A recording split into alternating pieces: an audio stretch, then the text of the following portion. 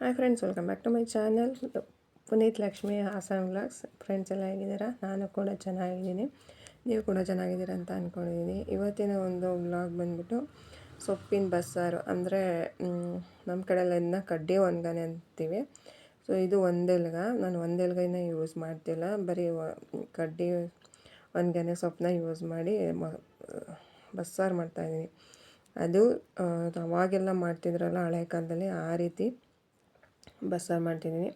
ನಾವು ಈ ರೀತಿ ಮಾಡಿದ್ರೆ ತುಂಬಾ ಚೆನ್ನಾಗಿರುತ್ತೆ. ಫಸ್ಟು ಸೊಪ್ಪೆಲ್ಲ ನೀಟಾಗಿ ಸೋಸ್ಕೊಂಡು ಅದರಲ್ಲಿ ಹೂವು, ಬೇಡದ ಇರೋ ಕಡ್ಡಿ ಅವೆಲ್ಲ ಏನಿರ್ತದೆಲ್ಲ ನೀಟಾಗಿ ತಕ್ಕೊಂಡು ಬಲ್ತಿದ್ದೆಲ್ಲ ಕಡ್ಡಿ ತೆಗ್ದಾಕಬೇಕು.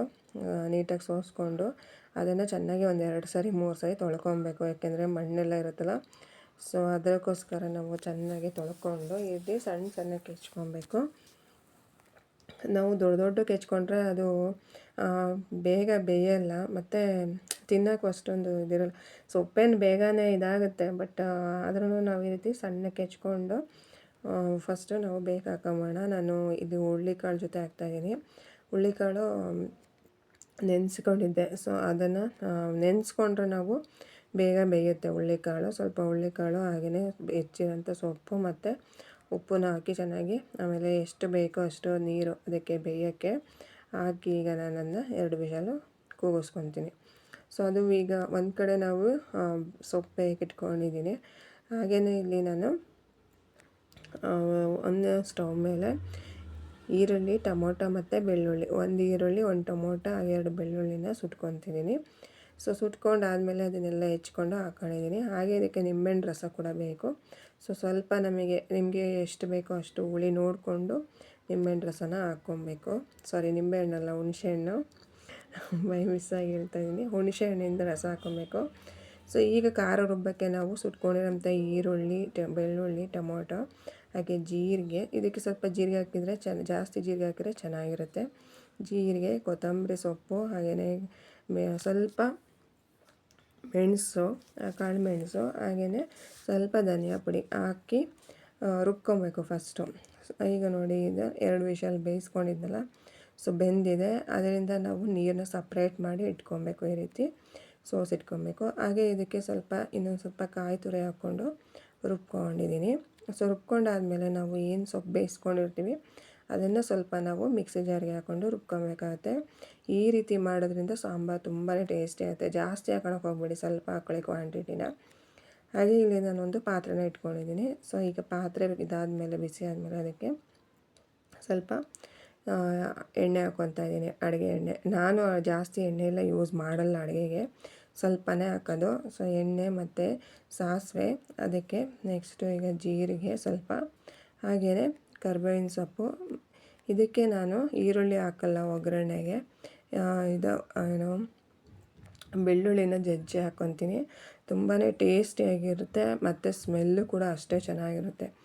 ಸೊ ಈ ರೀತಿ ಆದಮೇಲೆ ಈಗ ನಾವೀಗ ನೀರು ಏನು ಬಸ್ಕೊಂಡಿರ್ತೀವಲ್ಲ, ಸೊಪ್ಪು ಬೇಯಿಸಿದ್ದು, ಅದನ್ನು ನೀರನ್ನ ನಾವು ಖಾರಕ್ಕೆ ಹಾಕ್ಕೊಂಡು ಒಗ್ಗರಣೆ ಏನು ಹಾಕ್ತೀವಿ ಅದ್ರ ಜೊತೆ ಈ ರೀತಿ ಮಿಕ್ಸ್ ಮಾಡ್ಕೊಬೇಕಾಗತ್ತೆ. ಏಕೆ ಇಲ್ಲ ಅಂದರೆ, ನಾವು ಈ ರೀತಿ ಮಾಡಿಲ್ಲ ಅಂದರೆ ಆ ರಸ ಎಲ್ಲ ಸುಮ್ಮನೆ ವೇಸ್ಟ್ ಆಗುತ್ತೆ, ಅದಕ್ಕೋಸ್ಕರ. ಹಾಗೆಯೇ ಈಗ ಇದಕ್ಕೆ ನಾನು ಎಷ್ಟು ನಮಗೆ ಕನ್ಸಿಸ್ಟೆನ್ಸಿ ನೋಡಿಕೊಂಡು ಎಷ್ಟು ತೆಳ್ಳಗೆ ಬೇಕೋ ಅಷ್ಟು ತೆಳ್ಳಗೆ ಮಾಡಿಕೊಂಡು ರುಚಿಗೆ ತಕ್ಕಷ್ಟು ಉಪ್ಪು ಹಾಕ್ಕೊಂಡು ಅದನ್ನು ಕುದಿಸ್ಕೊತೀನಿ. ಈ ಕಡೆ ಈಗ ನೆಕ್ಸ್ಟ್ ಇನ್ನೊಂದು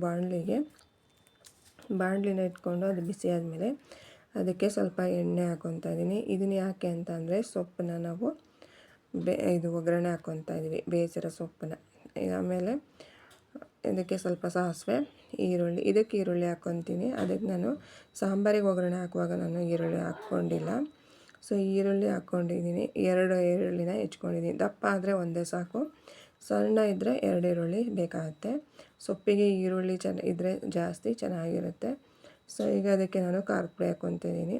ಸೊ ಅದಾದಮೇಲೆ ಸ್ವಲ್ಪ ಕಾಯಿ ತುರಿ ಹಾಕ್ಕೊತಾ ಇದ್ದೀನಿ. ನೀವು ಇಲ್ಲಿ ಮೆಣಸಿನ್ಕಾಯಿ ಕೂಡ ಯೂಸ್ ಮಾಡ್ಬೋದು, ಹಸಿಮೆಣ್ಸಿನ್ಕಾಯಿ. ಬಟ್ ಆ ಸೊಪ್ಪಲ್ಲಿ ಕಾಣಿಸಲ್ಲ, ಮಕ್ಕಳಿಗೆಲ್ಲ ತಿನ್ನೋವಾಗ ಖಾರ ಆಗಿಬಿಡುತ್ತೆ, ಅದಕ್ಕೋಸ್ಕರ ಖಾರದ ಪುಡಿನ ಹಾಕ್ಕೊತಾ ಇದ್ದೀನಿ. ಹಾಗೆಯೇ ಇಲ್ಲಿ ಸ್ವಲ್ಪ ಕಾಯಿ ತುರಿನ ಹಾಕ್ಕೊಂಡು ಚೆನ್ನಾಗಿ ಮಿಕ್ಸ್ ಮಾಡ್ಕೊಂಡಿದ್ದೀನಿ. ಇದೆಲ್ಲ ಆದಮೇಲೆ ನಾವು ಬೇಯಿಸಿಟ್ಕೊಂಡಿರೋಂಥ ಸೊಪ್ಪನ್ನ ಇದನ್ನು ಹಾಕ್ಕೊಂಡು ರುಚಿಗೆ ತಕ್ಕಷ್ಟು ಉಪ್ಪು ಹಾಕಿ ನೀಟಾಗಿ ಚೆನ್ನಾಗಿ ಈ ರೀತಿ ಮಿಕ್ಸ್ ಮಾಡ್ಕೊಳ್ಳೋಣ. ಸೊ ಇಲ್ಲಿ ಸಾರು ಕುದೀತಾ ಇದೆ. ನಾನು ನೆನೆಸಿಟ್ಕೊಂಡಂಥ ಹುಣಸೆಹಣ್ಣು ರಸನ ಹಾಕಿದ್ದೀನಿ.